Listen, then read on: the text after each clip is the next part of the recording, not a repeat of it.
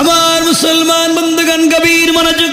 এই জিবরিল আমিন বলেন, পৃথিবীর জমিনে 4 দিন আমার যেতে কষ্ট হয়েছে, এত শক্তি থাকবার পরেও একদিন হলো আমি সিদরাতুল মুনতাহায় বসে আছি গাছের নিচে।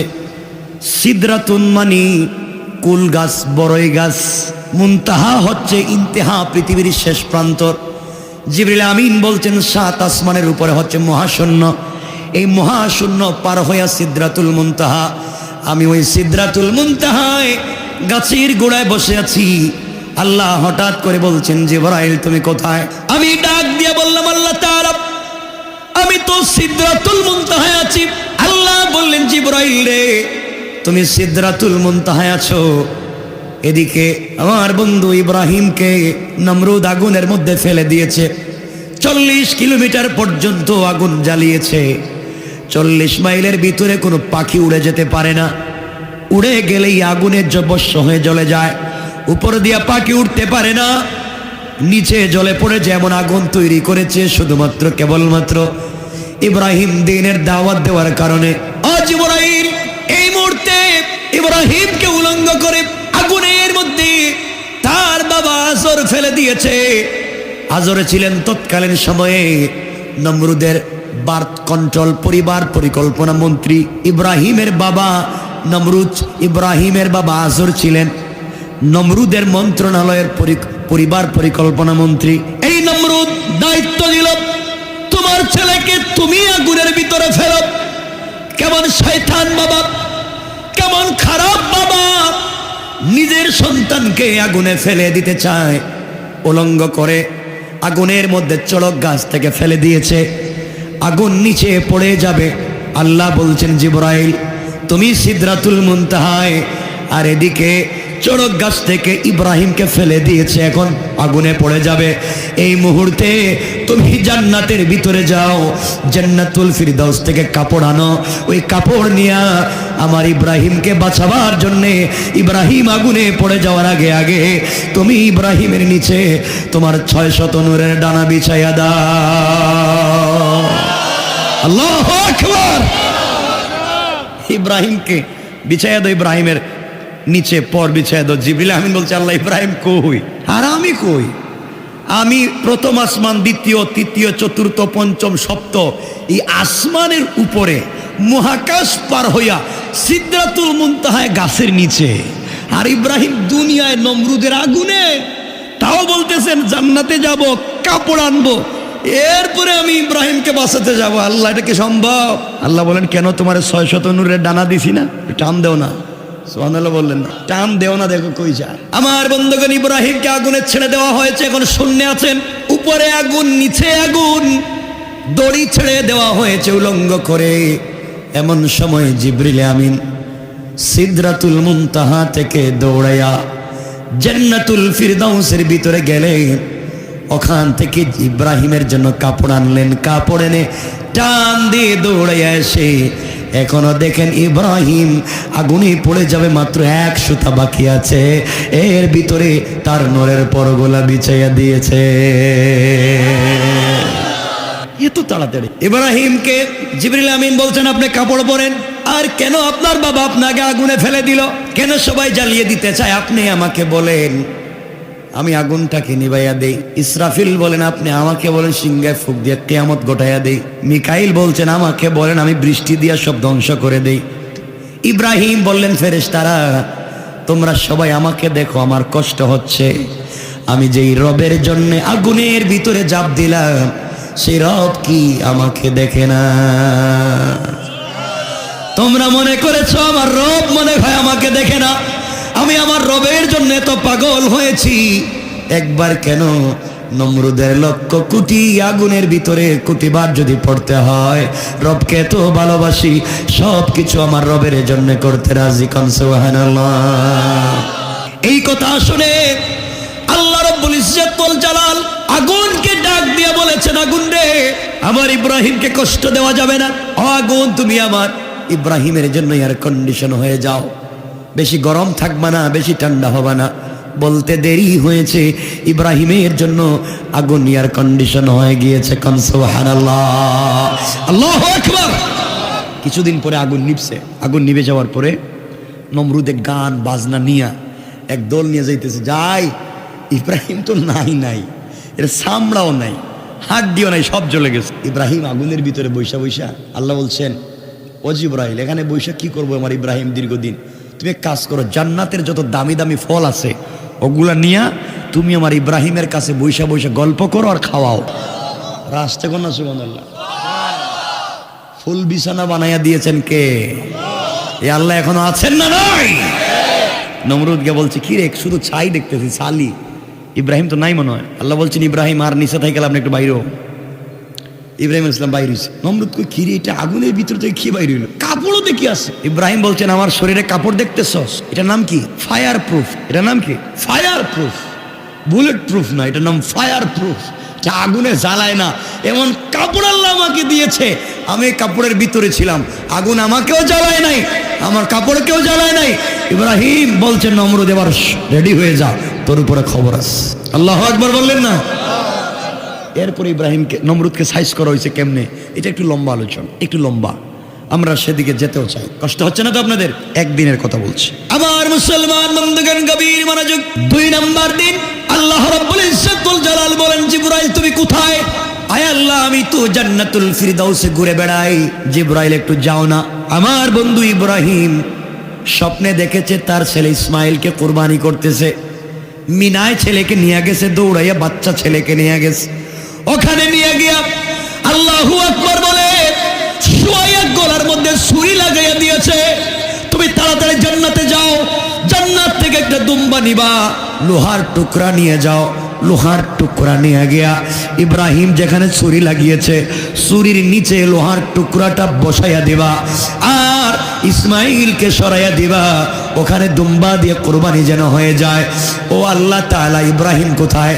ইব্রাহিম তো এখন আছে কই? মিনায়। ইব্রাহিম মিনায় ছেলেকে নিয়ে গিয়েছে। আয় আল্লাহ, আমি জান্নাতে এখান থেকে লোহার টুকরা নিব আর ওখান থেকে দুম্বা নিব, এরপরে মিনায় যাব। ইব্রাহিম কি করেছে? ইব্রাহিম ইসমাইলকে বেঁধে আল্লাহু আকবার বলে গলায় ছুরি লাগাইয়া দিয়েছে। এর ভিতরেই তোমাকে পৌঁছে যাওয়া লাগবে, কোনো কথা বুঝতে চাই না, তুমি পৌঁছে যাও। হযরতে জিবরিল আমিন ওই সময় বলছেন, আল্লাহ তাআলা আপনি বললেই তো হয় যে কাটবে না, আপনি ছুরিকে বলে দিন ছুরি কাটিস না, তাহলে তো হয়ে যায়। আমরা তো কষ্ট করে গেলাম। আল্লাহ বললেন, জিবরাইল রে, আমার ইব্রাহিম স্বপ্নে দেখেছে তার সন্তানের গলায় ছুরি লাগাইয়া টানতেছে, গসাইতেছে। কাটছে কি কাটছে না স্বপ্নে দেখে নাই, গসাইতে দেখছে। কিন্তু আমার ইব্রাহিম গসাইতে দেখেছে। এতটুকুন পর্যন্ত স্বপ্নকে বাস্তবায়ন করতে হবে, কারণ নবীদের স্বপ্ন মিথ্যা হতে পারে না। কিন্তু গসাইতে গেলে নবী হও আর অলি হও, গলা তো কাটবেই। কথা বলে না কেন? কাটবে না মনে না? কাটবে, কাটবে, গোসাইলে কাটবে। এই জন্য তুমি একটা লোহার টুকরা নিয়ে যাও। কয় আল্লাহ কতটুকুন বলছে? কয় আল্লাহু আক বলে ফেলছে, শুধু বার বাকি রয়েছে। আল্লাহ আল্লাহু আক বলছে, বার বলতে আর 1 সেকেন্ডের 1 কোটি ভাগের 1 ভাগ লাগবে না। এর ভিতরে আল্লাহ কয় তো কথা বলে লাভ কি? তাড়াতাড়ি যাও। জিবরিল আমিন বলেন, ওই সময় আমি আমার 600 নূরের ডানা দিয়া এত শক্তি নিয়ে টান দিলাম, টান দিয়া জান্নাত থেকে লোহার টুকরা নিয়া দম্বা নিয়া টান দিয়া মিনার প্রান্তরে গিয়া দেখি আল্লাহু আক যে বলছিল বার এখনো শুরু করে নাই, এর ভিতরে তার ছুরির নিচে লোহা বসাইয়া দিয়েছি। আল্লাহু আকবার! কেমন জিনিস জিবরিল আমিন, বুঝতেছেন আপনারা? কষ্ট হচ্ছে মনে হইতেছে আপনাদের? পানির ফুটা তো পড়তেছে আমার উপরেও আপনাদের উপরে, এরপরও যাইতেছেন আপনারা, গেলেই তুমি রেখে দিতেন। আমার বন্ধুগণ, কয়টা বলছি? 3 নাম্বার জিবরাইল বলেন, হঠাৎ করে আল্লাহ আমাকে বলছেন, জিবরাইল কোথায়? আমি বললাম, আল্লাহ তাআলা তুমি যে মাঠ বলছিলে মাসজিদ নামক মাঠ থেকে ঘুরাইতেছি, কুল কিনারা তো এমনি পাই না। আল্লাহ বলেন, জিবরাইল একটা কাজ করো। আল্লাহ আমি কি করব? আমার এক বন্ধুর নাম হলো ইয়াকুব, তার ছেলের নাম ইউসুফ। এই ইউসুফকে তার 10 ভাই মিলে উলঙ্গ করে কূপে ছেড়ে দিয়েছে। কোথায়? কূপের ভিতরে ছেড়ে দিয়েছে। কো আল্লাহ হাতে না ছাড়ছে, কো ছেড়ে দিয়েছে। কূপের নিচে সাপ আছে, বিচ্ছু আছে, পাথর আছে। আমার ইউসুফ যদি পড়ে যায় হাত পা ভেঙে যাবে। হাত থেকে তো ছেড়ে দিয়েছে, তুমি এর ভিতরে পৌঁছে যাও। আল্লাহ কোথায় যাবো? কয় দুনিয়ায় মিশরের আশেপাশে যাও। আয় আল্লাহ তাআলা এত দূর থেকে এত তাড়াতাড়ি? আল্লাহ বলেন তাড়াতাড়ি চলে যাও, 10 ভাই তো হাত থেকে ছেড়ে দিয়েছে, এখন নিচে পড়ে যাবে। তাড়াতাড়ি নিচে পড়ে যাওয়ার আগে আগে আমার ইউসুফের জন্য তুমি তোমার নূরের পাখা বিছাইয়া দাও। জিবরিল আমিন বলেন আমি দৌড় দিলাম, 6000 নূরের ডানা দিয়া এক টান দিয়েছি। এক টান দিয়ে কূপের কাছে এসে আমি দেখতে পাই ইউসুফ নবী কূপের নিচে পৌঁছে যাচ্ছে, পাথরে পড়ে যাবে, মাত্র 1 সুতা বাকি আছে। এই সময়ের ভিতরে আমি আমার নূরের পরগুলা বিছাইয়া দিয়েছি। সুবহানাল্লাহ পড়েন, জোরে পড়েন সুবহান। জিবরিল আমিন বলছেন আল্লাহ ইউসুফরে তো পাইছি, পর বিছাইয়া দিছি, কিন্তু বাচ্চাটা উলঙ্গ, কাপড় নাই। কাপড়ের কথা তো আপনি বললেন না। আল্লাহ বলেন যে কাজ হইছে এই ভিতরে কাপড় নিতে গেলে তো দেরি হয়ে যেত। আল্লাহ আমি এই ছেলেটা উলঙ্গ, আমি কি করব? কয় ও জিবরাইল আমার ইউসুফের গলায় অথবা হাতে একটু চেক করো তো। আল্লাহ কেন? দেখো তাবিজের মতো কবজের মতো কোনো জিনিস দেখা যায় না। মানে এর অর্থ এটা নয় যে আমি তাবিজের ওয়াজ করছি, হুজুর মানে তাবিজের পক্ষে ওয়াজ, মানে তাবিজ দেয় তো, মানে ওনার বিপক্ষে বলতেছি না, মানে হারাম তাবিজ দেওয়া হারাম।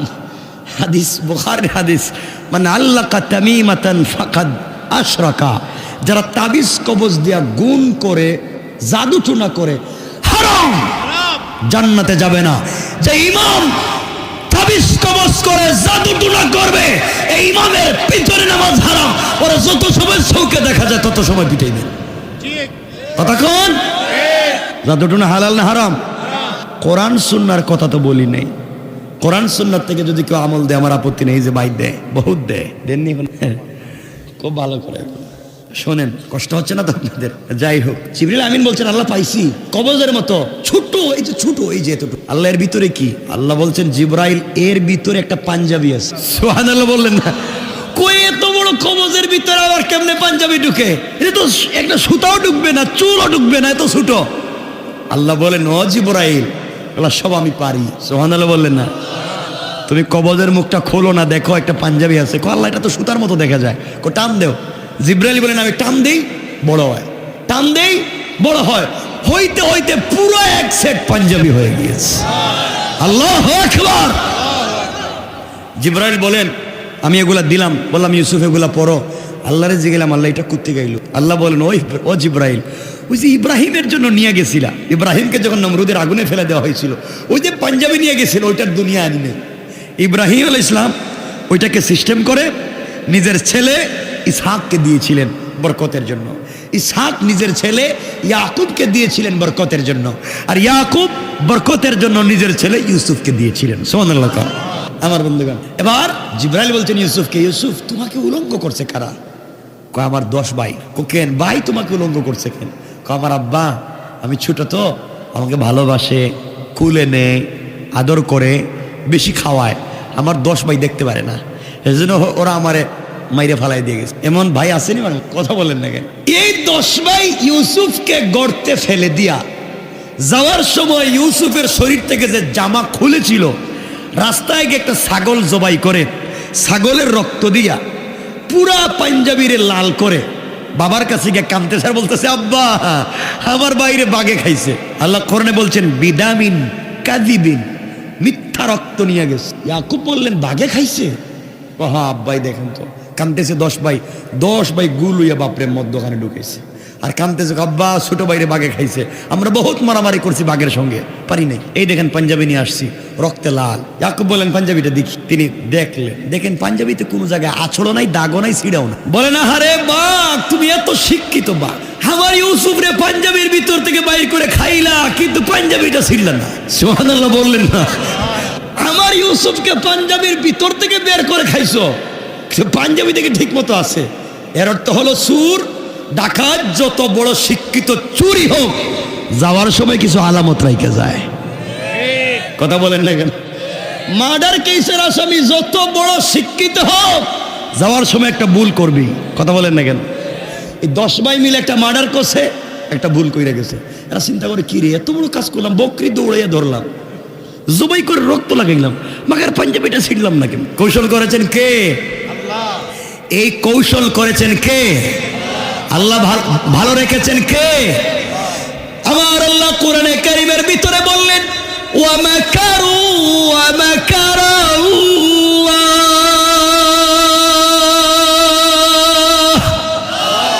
ওয়াল্লাহু খায়রুল মাকিরিন।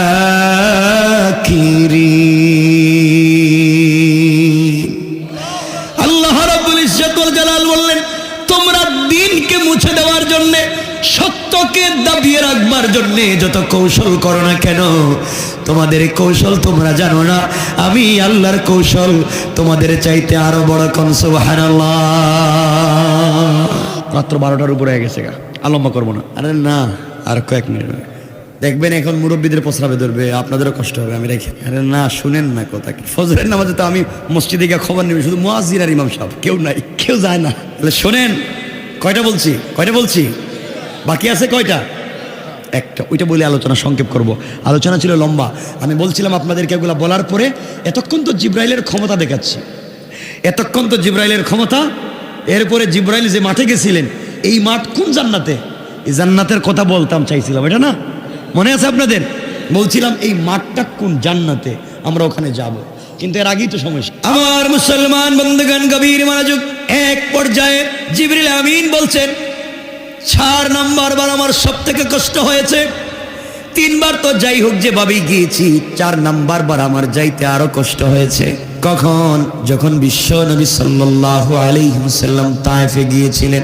আমার বন্ধুগণ কথাগুলো মনোযোগ দিয়ে শোনেন। আল্লাহর পয়গম্বর আখেরি জামানার নবী জনাবে মুহাম্মদুর রাসূলুল্লাহ সাল্লাল্লাহু আলাইহি ওয়াসাল্লাম যেই দিন মক্কা থেকে তায়েফের দিকে যাওয়া শুরু করলেন, চাচা ইন্তেকালের দুনিয়ার জমিনে আর নাই। কলিজার টুকরা স্ত্রী হযরতে খাদিজাতুল কুবরা দুনিয়ার জমিনে নাই। খাদিজা নবীজির এমন স্ত্রী ছিলেন, 75 বছর বয়সেও আমার নবীকে ছাড়া কোনোদিন খাবার খেতেন না।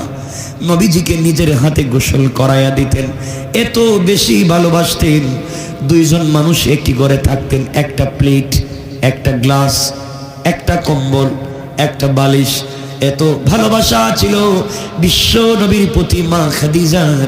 তিনি বলেন, নবীজি সারা রাত সারাদিন বাহিরে দিনের দাওয়াত দিতে থাকেন, যতক্ষণ পর্যন্ত স্বামী ঘরে না আসে ততক্ষণ পর্যন্ত আমি খাদিজা মুখে কোনো খাবার দেই না। খাদিজা বলছেন, আমাদের মা খাদিজাতুল কুবরা বলছেন, আমার স্বামী দিনের দাওয়াত নিয়ে যখন বাহিরে থাকেন, আমি কোনোদিন বিছানার সঙ্গে পিঠ লাগাইয়া ঘুমাই না, দরজার সঙ্গে দাঁড়িয়ে থাকি। কখন জানি আমার স্বামী দিনের দাওয়াত দিয়ে কষ্ট করে ঘরে আসবেন।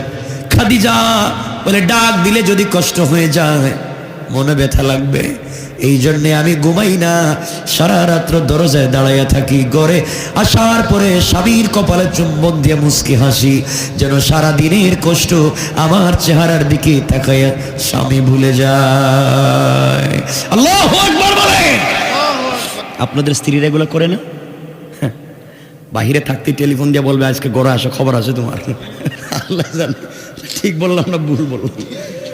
আসো আজকে, কই ছিলা, তোমার সাইজ করবি, দেখবা লম্বা দাও একটা নিয়ে বসে রয়েছে, ঠিক কিনা বলেন? এইটাও কইছে, যে হারে বদনাম শুরু করছে মহিলাদের, এই লাইনে তো ওয়াজই করতেছি না আজকে, ভাদি দিলাম যে হারে বদনাম করতেছে। ভাই তোমরা কেন এত কষ্ট করে এতক্ষণ থেকে দাঁড়াইয়া রয়েছে? এখানে সুযোগ থাকলে একটু বসে যাও না কেন? এই যে বাইরে দাঁড়াইয়া রয়েছে, আগামী তো বলবে যুবকদেরকে, তোমরা একটু বড় করে প্যান্ডেল করে একজন যে কাউকে দাওয়াত দাও, লম্বা করে একটা বড় প্যান্ডেল, ঠিক আছে না? ইনশাল্লাহ সবাই তাদেরকে সাপোর্ট দিবে। তোমরা এই কষ্ট করে বাহিরে আছো কেন? সুযোগ থাকলে বসে যাও। আমার মুসলমান বন্ধুগণ গভীর মনোযোগ। বিশ্ব নবী খাদিজার ইন্তেকালের পরে, চাচা আবু তালিবের ইন্তেকালের পরে চিন্তা করলেন, মক্কায় থাকা যাবে না, মক্কার মানুষ আমাকে আঘাত করতে পারে, চলে যাই নানার বাড়িতে, তায়েফের দিকে চলে যাই। মানুষ কষ্ট পেলে তো নানার বাড়ির দিকে যায়, ওখানে গেলে আদর করবে। আমার বন্ধুগণ বিশ্ব নবী তায়েফে গেলেন। যেই ছেলেরা আমার নবীর সাথে খেলতো, যারা আমার নবীকে সঙ্গ দিত, তাদের কাছে গিয়ে আমার নবী বলছেন, আসলিম তাসলাম, ইসলাম কবুল করো, শান্তিতে থাকবা। নবীজির সঙ্গে ছিলেন হযরতে যায়েদ। এই কথা বলবার কারণে যেই লোকগুলো আমার নবীকে ভালোবাসত, কলিজার চাইতে বেশি ভালোবাসা ছিল, এই লোকগুলো আমার নবীকে পাগল বলে গালি দেওয়া শুরু করেছে। হাতে পায়ে দড়ি লাগায়া, শিকল লাগায়া তায়েফের উত্তপ্ত বালির উপরে পাগল বলে টানা হেঁচড়া শুরু করেছে। পাথরের উপরে বিশ্ব নবীকে টানতেছে। নবীজির শরীর থেকে রক্ত মুবারক অজুর ধারে ঝরে যায়। আমার নবীজি অজ্ঞান হয়ে গিয়েছে। চিৎকার করে ফেরেশতারা কান্না করে ডাক দিয়া বলেছে, আল্লাহ, যাকে তৈরি না করলে দুনিয়াকে তুমি সুন্দর করে ডিজাইন করতে না, এই বিশ্ব নবীর শরীর থেকে এই মুহূর্তে রক্ত ঝরে যায়। পাগল বলে ডাকে। তুমি না বলেছো মানতা বিনিআমাতি রাব্বিকা বিমাজনুন, তুমি না বলেছো তোমার বন্ধু পাগল না। কাফেরেরা পাগল বলে টানে। আমার নবী 3 জায়গায় অজ্ঞান হয়ে পড়ে গেলেন, জ্ঞান ফিরে না। জ্ঞান যখন ফিরে উঠে দাঁড়াতে চান, দাঁড়াতে পারেন না, তাকে আরো পিঠায় আরো মারে। আমার নবীকে আঘাত করেছে। আমাদের মা আয়েশা সিদ্দিকা আমার নবীকে নিজের হাতে গোসল করাইয়া দিতে, মাঝে মাঝে চোখের পানি ছেড়ে বলতেন, কলিজার টুকরা সাবিরে, তোমার মনে হয় জীবনে বসন্ত রোগ হয়েছিল। নবীজি বলছেন, কেন রে আয়েশা? আয়েশা বলছেন, ইয়া রাসূলুল্লাহ, যখন আপনাকে গোসল করাই পিঠের কাপড়গুলো ফেলে দেই, তখন পিঠের মধ্যে বসন্তের কালো কালো দাগ দেখা যায়। আমার নবী বলছেন, আয়েশা রে, আমার জীবনে কোনোদিন বসন্ত রোগ হয় নাই। যেই নবীর শরীরে বসা মাছি বসাকে আল্লাহ হারাম করে দিয়েছে। আমি যখন তায়েফে গিয়েছিলাম, তায়েফের মানুষ আমাকে পাথর দিয়ে যে আঘাত করেছে, আজকে পাথর নাই, আঘাত নাই, কিন্তু ওই সময়কার আঘাতের দাগগুলা রয়ে গিয়েছে। কিয়ামতের দিনে আল্লাহকে কাপড় উঠে দেখাবো আর বলবো, আল্লাহ, তোমার দিনের জন্য আমার পিঠের দিকে দেখাইয়া দেখো কত পাথরের আঘাত আছে। এই আঘাতের বিনিময়ে হলো তুমি আমার উম্মত গুলাকে আজকের দিনে মাফ করে দাও। আমার বন্ধুগণ, এক পর্যায়ে আল্লাহর নবী 3 জায়গায় যখন অজ্ঞান হয়ে গেলেন, জ্ঞান ফেরার পরে সারাদিন নবীজিকে আঘাত করা হয়েছে, কষ্ট দেওয়া হয়েছে। জ্ঞান যখন ফিরেছে, হযরতে যায়েদ আমার নবীকে ধরে ধরে একটা গাছের গোড়ায় বসাইছেন। নবীজির মুখটা শুকায় গিয়েছে, চোখ থেকে পানি পড়তেছে, শরীরের দাগ আর রক্ত ঝরতেছে। যায়েদকে ডাক দিয়া বলছেন, যায়েদ, তোমার কাছে যদি কোনো কাপড় থাকে, ওই কাপড় দিয়ে আমার বডির রক্তগুলাকে মুছে দাও। হযরতে যায়েদ কাপড় দিয়ে রক্তগুলাকে মুছতে লাগলেন। একবার যায়েদ বলছেন, ইয়া রাসূলুল্লাহ, আমার কাছে আর কোনো কাপড় নাই, সব ভিজে গেছে আপনার রক্তে। নবীজি বললেন, যায়েদ রে, তোমার পরনের কাপড় খুলে আমার রক্তগুলা মুছে দাও। এত বেশি রক্ত বের হয়েছে, হযরতে যায়েদ কাপড় খুলে রক্ত মুছে দিলেন। এবার বলছেন, ইয়া রাসূলুল্লাহ, আর আমার কাছে কোনো কাপড় নাই, কিন্তু শরীরের রক্ত তো বন্ধ হয় না। নবীজি এবার রক্তগুলাকে নিজের হাত দিয়া নিজের শরীরে মালিশ করতে লাগলেন, মালিশ করতে লাগলেন। যায়েদ বলছেন, ওগো পয়গম্বরে আরবি, আপনি কেন নিজের শরীরে রক্তগুলাকে মালিশ করে দিচ্ছেন? রক্ত মালিশ করলে তো ভিতরে ঢুকবে না, কেন এত কষ্ট করে রক্তগুলাকে মালিশ করেন? আমার নবী ডেকে ডেকে বললেন, যায়েদ রে, এই জন্যে আমি রক্তগুলা মালিশ করি, আমি জানি আমার বডির রক্ত বের হওয়া ভিতরে ঢুকবে না। তায়েফের মানুষ তো আমাকে চিনে নাই, না চিনে আমাকে আঘাত করেছে, কিন্তু তায়েফের মাটি তো আমাকে চিনতে ভুল করবে না। এক ফোঁটা রক্ত যদি তায়েফের মাটিতে আমার শরীর থেকে পড়ে যায়, তায়েফের মাটি আমার রক্তের লোড নিতে পারবে না, সাথে সাথে ভূমিকম্প শুরু হয়ে যাবে, আল্লাহর সাথে সাথে কিয়ামত ঘটাইয়া দিবেন। এই জন্য রক্তগুলা মুছতেছি, যেন এক ফোঁটা রক্ত জমিনে না পড়ে যায়। আর জোরে পড়েন না সুবহানাল্লাহ। জিবরিল আমিন বলছেন, ইয়া রাসূলুল্লাহ, আমাকে বলেন 2 পাহাড় একত্রিত করে চাপা দিয়ে মাইরা ফেলাই। নবীজি বললেন, জিবরাইল নারি। ইসরাফিল বলছেন, পয়গম্বর, আমাকে আপনি বলুন, আমি সিংহায় ফুৎকার করে ধ্বংস করে দেই। মিকাইল বলছেন, আমাকে বলুন, শিলা বৃষ্টি দিয়ে ধ্বংস করে দেই। আমার নবী রক্তগুলা মুছতেছেন আর বলছেন, না না, ওরা হয়তো আমাকে চিনে নাই, জানে নাই, আমাকে আঘাত করেছে, আমাকে কষ্ট দিয়েছে। আমি রাসূল সকল নির্যাতন আর কষ্ট ভুলে গিয়া সবাইকে মাফ করে দিলাম, যেন তারা আমাকে কষ্ট দিল এমন একদিন আসবে তাদের সন্তানেরা আমার দিনের জন্য জীবন দিতে রাজি হয়ে যাবে। এদেরকে মেরে ফেললে এদের সন্তান তো আসবে না। নবীজি হাত উঠাইয়া দোয়া করে বললেন, আল্লাহুম্মা গফির লিকওমি ফাইন্নাহুম লা ইয়ালামুন। আল্লাহ তাআলা, আয় আল্লাহ তাআলা, এই মুহূর্তে তুমি তাদেরকে মাফ করে দাও, আমার জাতি আমাকে চিনতে পারে নাই, বুঝতে পারে নাই। আল্লাহ তাআলা, তারা যদি আমাকে এই মুহূর্তে না চিনে আঘাত করে থাকে, ধ্বংস হয়ে যাবে, ধ্বংস হয়ে যাবে। এই জন্য আল্লাহ তাআলার কাছে আমি দোয়া করেছি, আল্লাহ যেন তাদেরকে মাফ করে দেয়। আমার বন্ধুগণ, এমন সময়ে হঠাৎ করে রাসূল শরীরের রক্তগুলা মুছলেন। আল্লাহ ডাক দিয়া বলছেন, জিবরাইল তুমি কোথায়? জিবরাইল বলছেন, আল্লাহ তাআলা, আমি তো সিদরাতুল মুনতাহায়। ও জিবরাইল, তুমি সিদরাতুল মুনতাহায়। আজ আমি কিয়ামত কায়েম করে দেব। যেই নবীর কারণে গোটা দুনিয়া সাজাইছি, যার নাম দিয়ে আরশে আজিম সাজাইছি, যার নাম দিয়ে গোটা দুনিয়া ডেকোরেশন করেছি, আমি যার নাম দিয়ে সিদরাতুল মুনতাহায় গাছের পাতায় নাম লিখে দিয়েছি, আমি আল্লাহ আরশে মুআল্লা যার নাম দিয়ে ডিজাইন করেছি, আমি আল্লাহ যার নাম জান্নাতুল ফিরদাউসের গেটে লিখে দিয়েছি। এই নবীর শরীরের রক্ত হাত দিয়ে মুছতেছেন, এক ফোঁটা রক্ত তার পায়ে চামড়ার মুজা ছিল, এই মুজা ভিজে পায়ের নিচ দিয়া একটা রক্তের ফুটা লটকা লটকি করতেছে।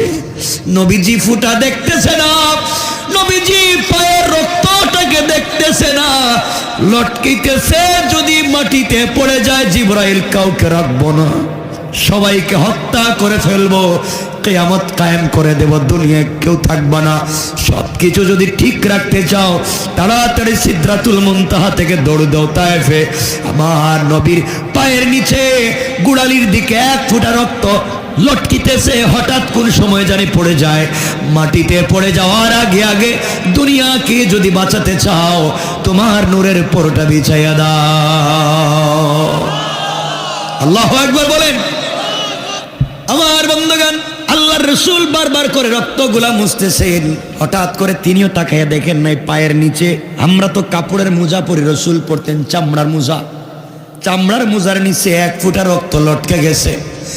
এমন সময়ে জিবরিল আমিন দৌড়াইয়া সিদরাতুল মুনতাহা থেকে 600 নূরের ডানা টান দিয়েছেন। টান দিয়া তায়েফে গিয়ে দেখেন আমার নবীর পা মোবারক থেকে রক্তের ফোঁটা ছুটে জমিনের দিকে যায়, মাটিতে লেগে যায় সময়ে হযরতে জিবরাইল তার 600 নূরের ডানা বিছাইয়া আমার নবীকে হেফাজত করে দিয়েছেন, আর দুনিয়াবাসীকে আযাবার গজব থেকে বাঁচাইয়া দিয়েছেন। কোন সুবহানাল্লাহ, আল্লাহু আকবার।